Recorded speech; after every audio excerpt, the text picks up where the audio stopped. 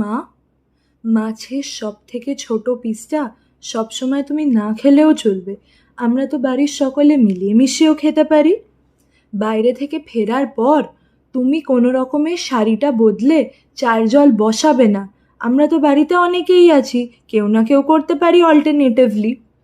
খিদে পেলে তুমি আগে খেতে পারো, তার জন্য গিল্টি ফিল করতে হবে না।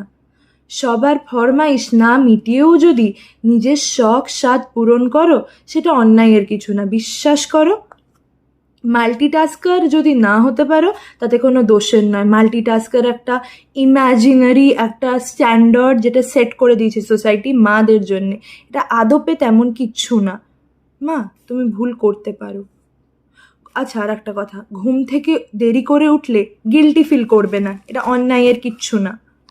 মা, ঘরের কাজগুলো কিন্তু তোমার একার নয়, কাজই বাদ বাকিদের করার জন্যে পায়ে ধরতে তোমাকে হবে না। ঘরটা যেমন সবার, কাজগুলোও সবার, ওকে?